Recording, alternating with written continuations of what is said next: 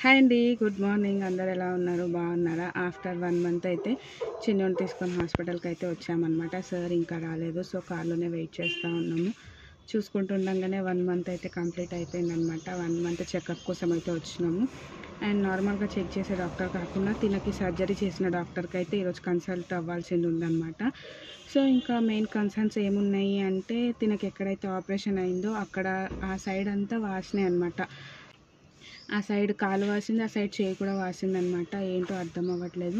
So సార్ని consult అయితే ఏం చెప్తారో చూడాలి, మరి దేనికోసం వాసింది అనేసి. దేనికోసం వాసింది అనేసి సార్ని కన్సల్ట్ అయితే చెప్తారనమాట. ప్రతి నిమిషం టెన్షన్ అనిపిస్తుంది. ఏమవుతుందో ఏంటో తెలీదు. వెళ్ళేసి వచ్చిన తర్వాత మళ్ళీ మీకు అప్డేట్ అయితే ఇస్తానన్నమాట. సో స్పెషల్గా మా కోసమే వస్తున్నారు కాబట్టి మేము వచ్చాము అనేసి అయితే ఇన్ఫామ్ చేశారు. సో వెయిట్ చేస్తూ ఉన్నామన్నమాట.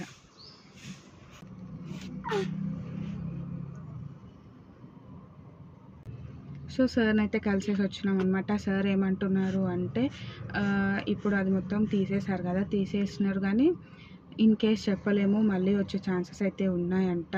ఫేవరబుల్ హిస్టరీ ఉంది అనేసి అయితే మెన్షన్ చేశారమ్మా అనేసి చెప్తున్నారు సార్. కాకపోతే మ్యాక్సిమం 6 months 1 year లోపు వరకు అయితే టెస్ట్లు అన్నీ రెగ్యులర్గా చేయిస్తూ ఉండాలి.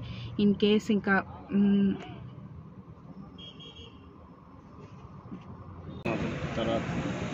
ఇప్పుడు ఉంటారు చిన్న, నేను అడుగొస్తా. ఏం చెప్పారు అంటే, ఆల్రెడీ రిపోర్ట్స్ వచ్చాయి కదా, రిపోర్ట్స్ అన్నీ చూసారనమాట. అంతా తీసేసాం కదా, ఇప్పుడు ఏం ప్రాబ్లం లేదు. కాకపోతే ఫేవరబుల్ హిస్టరీ అని అయితే ఉంది, చెప్పలేము. ఇన్ కేస్ మళ్ళీ రావచ్చు, అదృష్టం బాగాలేకపోతే. ఎవ్రీ 2 monthsకి అయితే రిపీటెడ్ టెస్ట్స్ అయితే చేయించండి.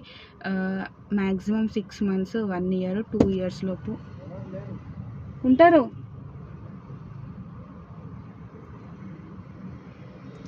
మ్యాక్సిమం 6 months 1 year 2 years లోపు ఇంకా రాలేదు అంటే మ్యాక్సిమం ఇంకా వచ్చే ఛాన్సెస్ అయితే లేవు అనేసి అయితే చెప్తున్నారనమాట. ఇన్ కేస్ అదృష్టం బాగాలేదు, వచ్చింది అంటే మాత్రం కీమోథెరపీ తీసుకోవాల్సి ఉంటుంది అనేసి అయితే చెప్పారనమాట.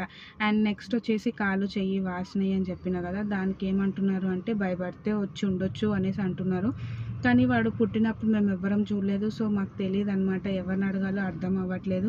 అట్లీస్ట్ బేబీని మాకు ఇచ్చి మేము కొంతసేపు చూసుకొని ఉన్నా మాకు తెలిసేదనమాట, బేబీకి ఫస్ట్ నుంచి ఉందా లేకపోతే ఇప్పుడు వచ్చిందా అన్నది అర్థం అవ్వట్లేదు. అండ్ సార్ ఏమంటున్నారు అంటే, అట్లా ఉండడం వల్ల క్యాన్సర్ అయ్యే ఛాన్సెస్ ఉంటాయి అనేసి అయితే అంటున్నారు. లేకపోతే ఫ్యామిలీ హిస్టరీస్లో ఎవరికన్నా ఉంటే ఉండొచ్చు అనేసి అయితే చెప్తున్నారనమాట. మళ్ళీ ఇది ఒక టెన్షన్.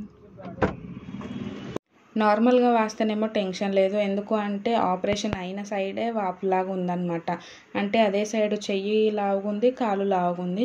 సో ఆపరేషన్ వల్ల ఎఫెక్ట్ ఏమో అనుకుంటే ఏమనిపిస్తలేదు, కానీ భయపడితే ఉంది అంటే మళ్ళీ ఈ ప్రాబ్లం మళ్ళీ వేరే ఎక్కడికన్నా దారి తీస్తుందేమో అనేసి చాలా టెన్షన్ అయితే అవుతుంది. ఏం అర్థం అవ్వట్లేదు. పెరుగుతూ ఉంటే నార్మల్ అవుతుంది అనేసి అయితే సార్ అన్నారు, కానీ మళ్ళీ ఇప్పుడు నెక్స్ట్ మంత్ చెకప్కి వెళ్ళినప్పుడు మళ్ళీ పీడియాట్రిషియన్ సార్ని అయితే కనుక్కోవాలి.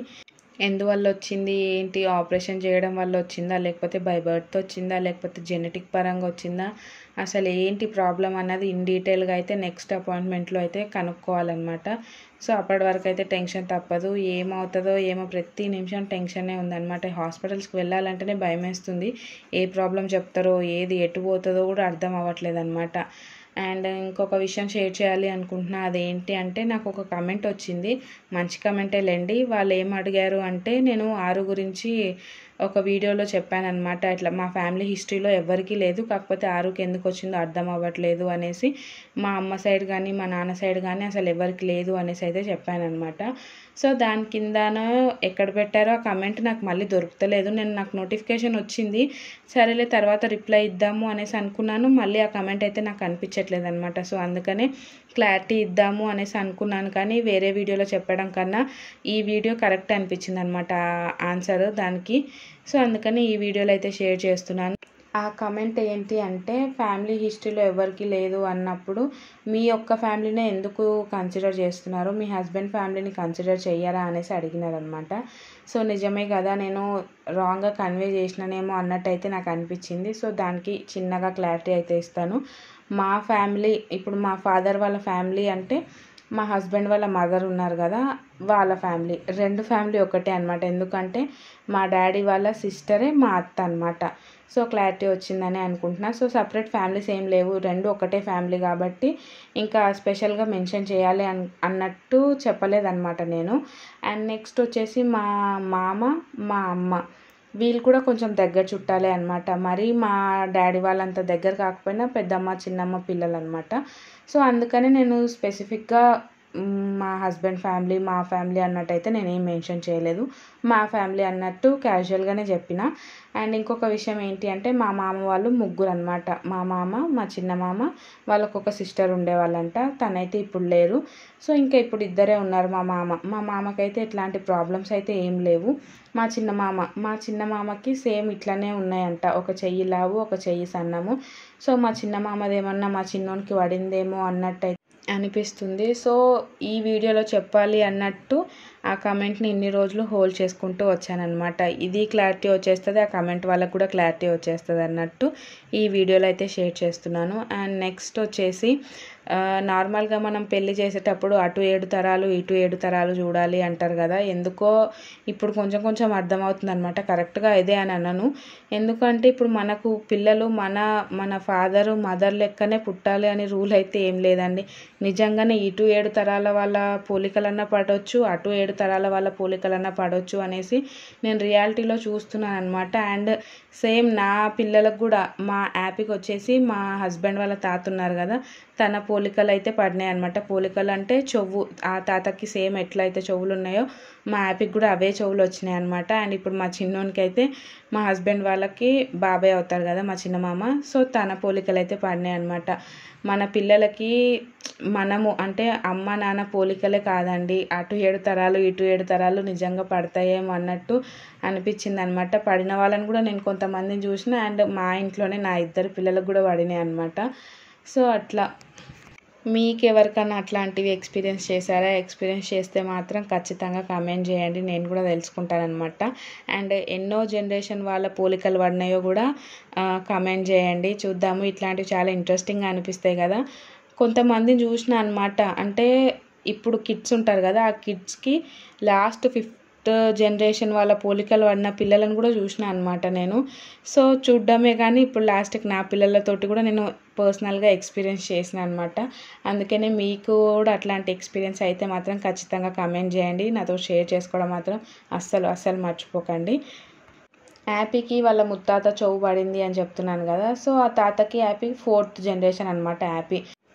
సో 4th జనరేషన్ వాళ్ళకి పడిందంటే నాకు హ్యాపీ అనిపించింది అనమాట. స్టార్టింగ్లో కొంచెం బాధ అనిపించింది, ఎందుకంటే ఆడపిల్ల కదా ఇంకా అందరు ఎక్కరిస్తారేమో, చెవు ఏనుగు చెవులాగుంది నీది అన్నట్టు అనుకున్నాను. కానీ మళ్ళీ తర్వాత ఎవరేమనుకుంటే ఏంది, మనం ఎట్లా ఉంటే అదే యూనిక్నెస్, దాంట్లో ఫీల్ అవ్వడానికి ఏముంది అన్నట్టు ఇంకా లైట్ తీసుకున్నాను అనమాట. ఇంకా హ్యాపీ అనిపించింది. ఎందుకు అంటే ఇప్పుడు హ్యాపీకి ఆ తాత అసలు కూడా తెలియదు కదా, తను 4th జనరేషన్ కిడ్. సో తను తెలుసుకుంటుంది, హ్యాపీ తర్వాత నెక్స్ట్ 4 జనరేషన్స్కి కూడా ఆ తాత గుర్తుండిపోతారనమాట. సో అట్లా గుర్తుండిపోవాలి అనుకున్నారో ఏమో, అందుకనే తన చెవులు అయితే ఆ పాపకి ఇచ్చినారనమాట. అండ్ ఇంకొక విషయం చెప్పాలా, మేము పెద్దలకు పెట్టుకున్నాం అనమాట. దసరా ముందు పెద్దరామాసకు పెద్దలకు పెట్టుకుంటాం కదా, అప్పుడు పెట్టుకున్నప్పుడు మొక్కుకున్నాను అనమాట, నాకు నెక్స్ట్ ఇయర్ వరకు ఇట్లా పిల్లలు పుట్టాలి అన్నట్టు. సో మొక్కుకున్నానో లేదో అదే మంత్లోనే నేను కన్సీవ్ అయిపోయినా. అండ్ వాళ్ళకే మొక్కుకున్నాను కాబట్టి వాళ్ళే బేబీని ఇచ్చారేమో, అందుకనే తన రూపము ఆ పాపకి వేసిండేమో అన్నట్టయితే నేను ఫీల్ అవుతాను అనమాట. అండ్ ఇక్కడ ఫుడ్ విషయానికి వస్తే మ్యాక్సిమం వీక్లీ 3 times అయితే ఆకుకూరలు తీసుకుంటున్నాను. అండ్ 1 or 2 times వచ్చేసి నాన్ వెజ్ తీసుకుంటున్నాను అనమాట. ఇంకా మిగతా టైంలో చారు అట్లా ఏమన్నా తీసుకుంటున్నా. సో ఖచ్చితంగా ఇవే ఫాలో అవుతున్నాను అనమాట. ఇంకా వేరే కర్రీస్ ఏమి అసలు ఎక్కువ తీసుకుంటలేను, ఇదే ప్యాటర్న్ ఫాలో అవుతున్నా. అండ్ మిల్క్ ఎక్కువగా రావడానికి నేను ఫాలో అయ్యే ఈజీ టిప్ చెప్తాను చూడండి. ఎల్లిపాయలు ఉంటాయి కదా, మంచిగా పొట్టు తీసుకొని మనం అన్నం వండుకుంటాం కదా, గంజి తీసిన తర్వాత దమ్ముకు పెడతాం చూడండి. దమ్ముకు పెట్టే ముందు ఎల్లిపాయలు అట్లా నేను ఇందాక చూపించాను కదా, అట్లా పెట్టుకున్నాం అనుకోండి, అవి మంచిగా ఉడికిపోతాయి, మంచిగా మెత్తగా అయిపోతాయి అనమాట. మనకు తింటున్నప్పుడు కూడా గట్టిగా అట్లా ఏం అనిపించవు. సో అట్లా అయితే చేసుకుంటాను అనమాట నేను రెగ్యులర్గా.